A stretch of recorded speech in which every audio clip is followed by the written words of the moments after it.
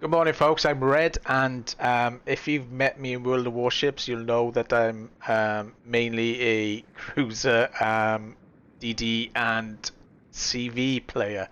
Now, I've had about, I'd say, 2,500 games in the CV, so you can take it, for granted that some of the stuff I'm saying is truth. Although some people will argue with me, especially fucking Dread, because he's an argumentative motherfucker. But basically, this video is going to be a tutorial, kinda, explaining anti-air damage to you. And how there was going to be a couple of videos. It's a big area because obviously if you're a CV player, you're going to be interested in some of this as well. And in future videos, I'm going to talk about how to approach as a CV player, and as a DD player and a cruiser player. I'll teach you how to dodge, and I'm going to teach how to stack flak, and how to really make the best out of your AA defense and the problems that CV players come up against. That a lot of people, you'd be surprised that a lot of people just don't know, and they put themselves into really bad positions. I know all of us hate CVs. Personally, I used to be a DD player, and I hate CVs. I really do. But my logic is, if you can't beat them, you join them, and I did, and I enjoy playing CV now. But if they took it out of the game, I wouldn't be bothered, right? So let me just fucking tell you, I don't like CVs when I'm playing DD, especially. But saying that, as a CV player, I've learned the best way to dodge CVs, how to beat CVs. Knowing your enemy is probably the best way that the best thing that you can do is to know your enemy, and when you do, you'll have a far greater advantage. But going from all the experience I've had, I'm going to try to get that through to you in this video.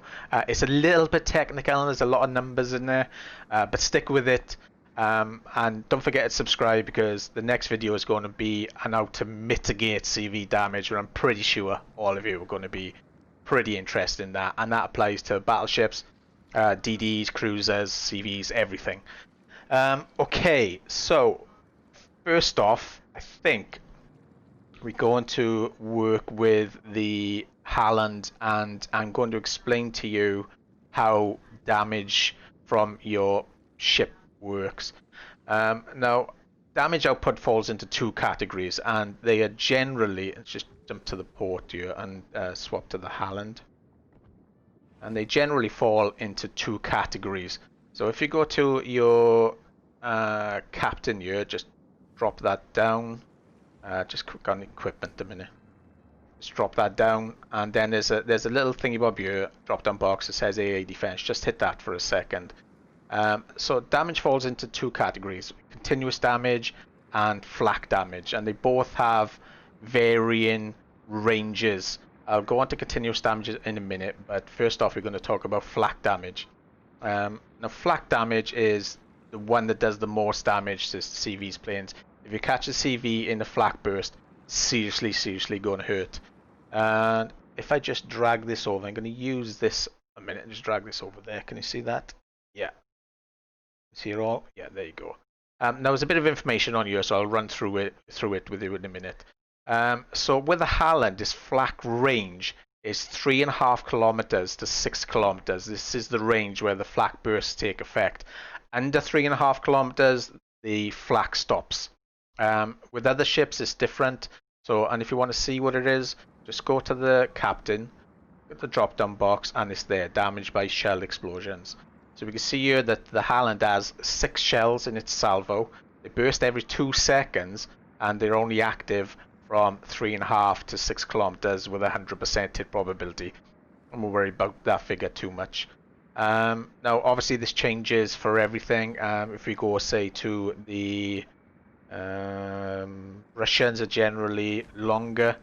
If you have a look at the damage by shell explosions, 1800, and that is 3.5 to 6.6 kilometers. So the Russian cruisers generally have the longest flak range, which is something to note if you're a CV player. Okay, let's go back to the Haaland. Okay, so let me just drag this back over. pop this up.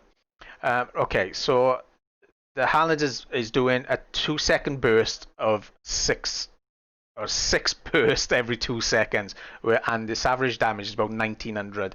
Now, the one thing to take into consideration if you're not the CV player is that for my midway, the bomber's maximum amount of health is about 30,000. So you can see from that damage that you're doing every 2 seconds that even if you got a 1 or 2 flak burst hit on approaching planes twice, your damage you're looking at is generally around 4 to 6k, and that's going to take out, I'd say, what, 3 or 4 planes. But there's a lot that you can do to increase, and this is why you think to yourself, oh, am I not doing damage to these planes? Because even if you get caught in a flak burst, and flak is the easiest thing for a CV player to dodge, and I'll teach you how to do that in another video coming up as well. Just drink my coffee a minute. Because flak is pretty easy to dodge as a seasoned CV player. It's pretty easy to dodge. But in the next video, I'll show you how to stack flak with other ships so that they really help you out in. Because the worst thing for a CV player is approaching a ship with another ship next to it. But that's the next video. I'll teach you how to do that in the next video. But there are ways to increase that damage, and a couple of those ways are through advanced firing training, which increases flak damage. Priority sector has no advantage when it comes to flak. It does for continuous damage, but not with flak. Auxiliary Armour Mod 2 adds an extra 15%, and it also adds an extra 2 clouds or 2 burst clouds. And defensive AA gives an extra 300% to flak damage.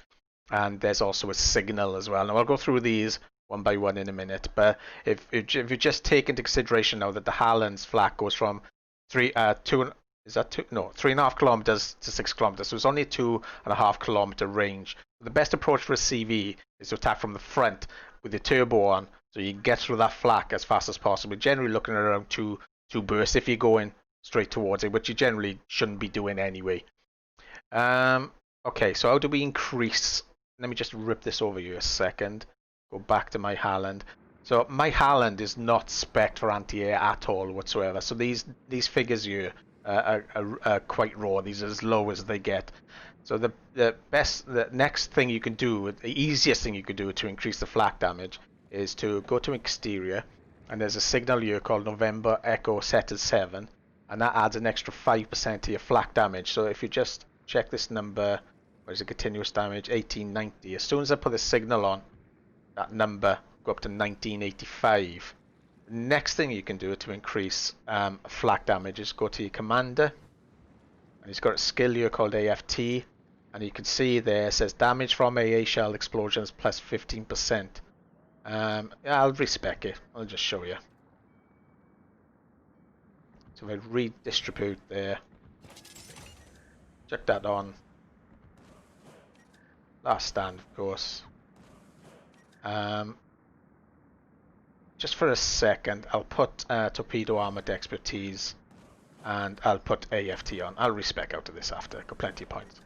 And if we go back to the equipment now, that figure would have jumped up to 2282. So that's quite a bit of a jump there. Now, if you had the 300% from the defensive AA, that I can't hit that unfortunately. It jumps up quite a lot, and I'll show you that in a second. The other thing we can take is a module in the 6th slot called Auxiliary Armaments Modification 2. Now this does 2 things that are quite important, and it's a pretty decent mod, but generally you don't take it because there's a lot of good stuff in slot 6, and if you're taking this, you really shouldn't be doing that at all. I'll explain that. I'll explain why in a minute.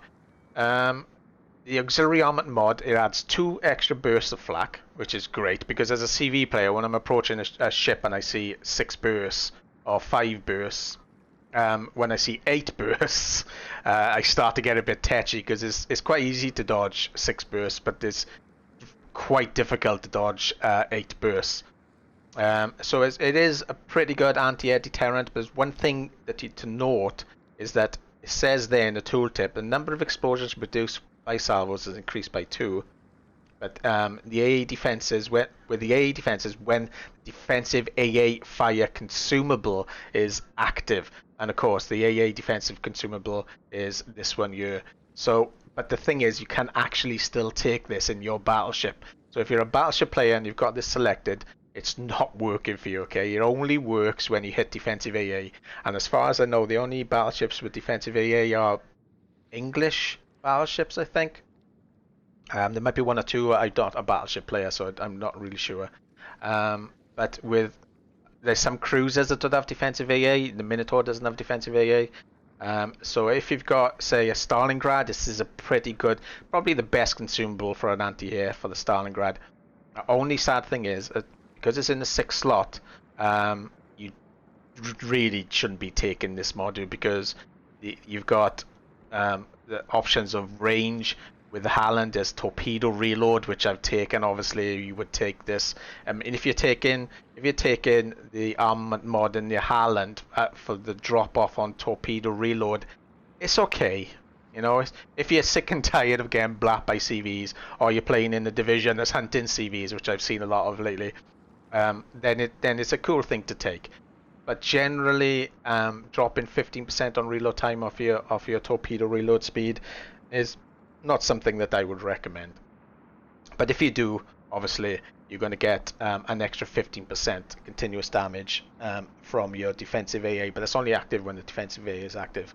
So if I just pull this number over here now, with advanced firing training and the auxiliary armament mod, so that's 30% there, and the defensive A, that's another 300%, and the signal, that gives you an increase of 335%, which increases your flak damage to 8,600. Now, considering, say I take my fighters, they've only got a combined damage of 17,000. 2 flak bursts on your planes is literally the end of the entire group. And this is why when you see planes coming towards you, those numbers generally only work for you personally when you've hit that defensive AA button, and you just get 2 lucky flaks and you see all those planes just disappear. And this, as a CV player, is the most annoying thing that can happen to you.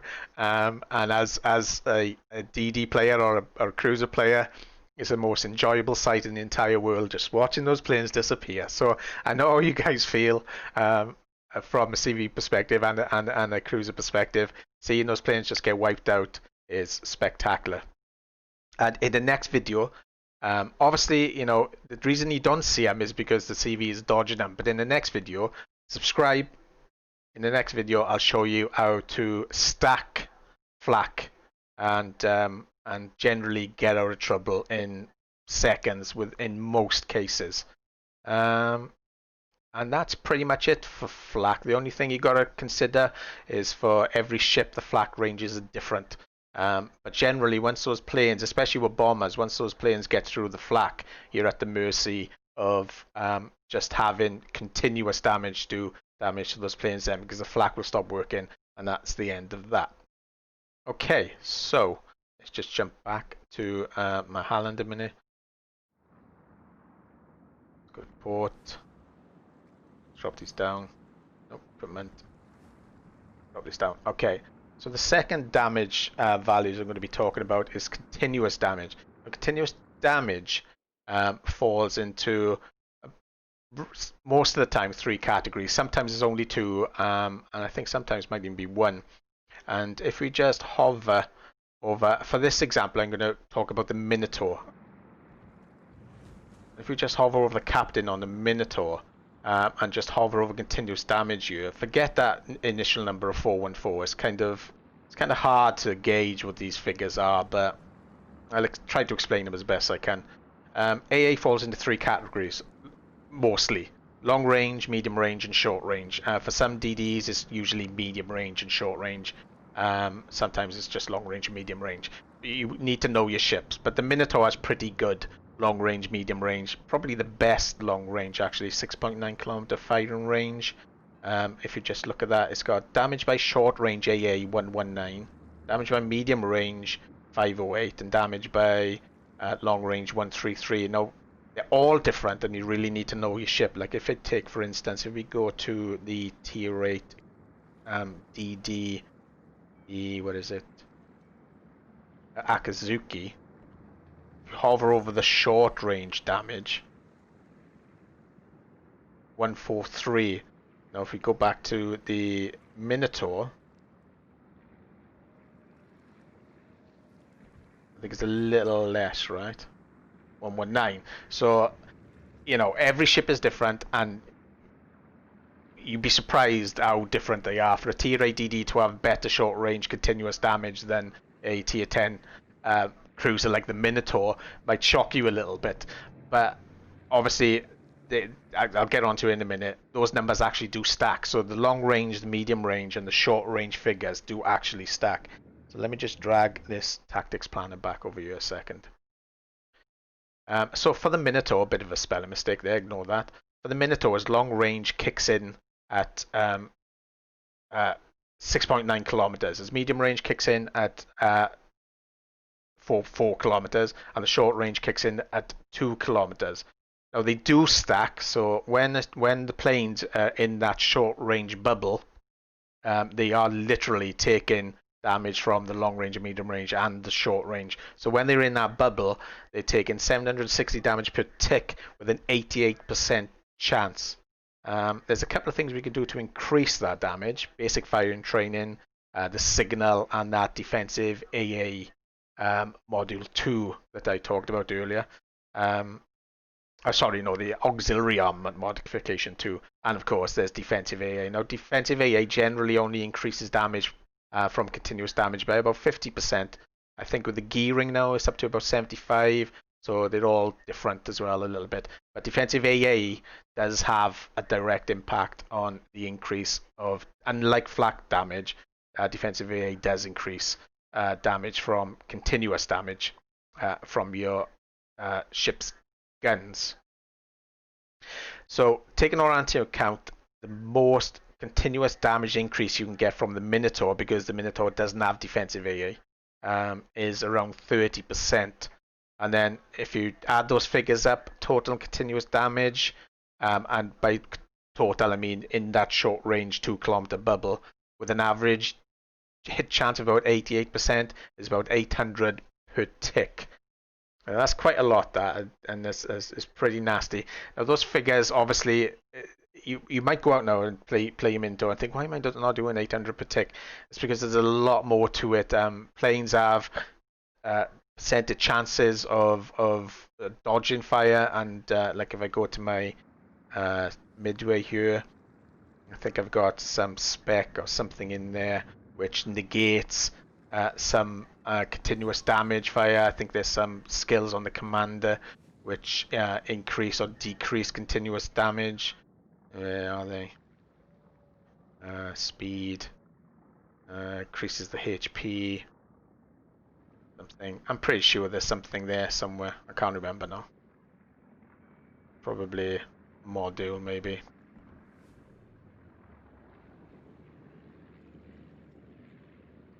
Over there. Torpedo back bombing time.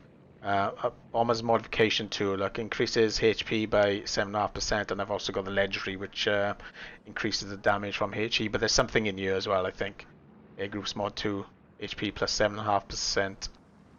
And I'm pretty sure there's something that negates continuous damage somewhere, maybe a signal or something. So let's go back to that.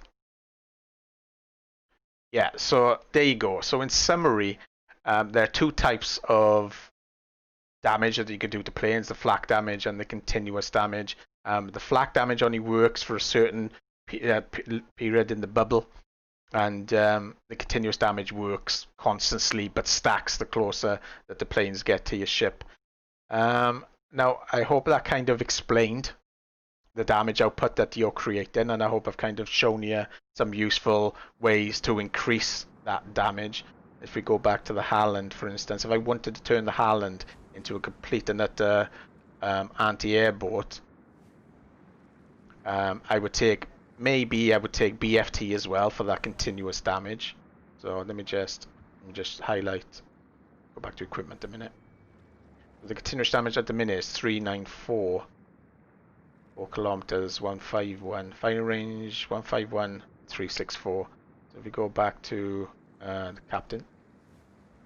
Click on BFT. Go back to the port.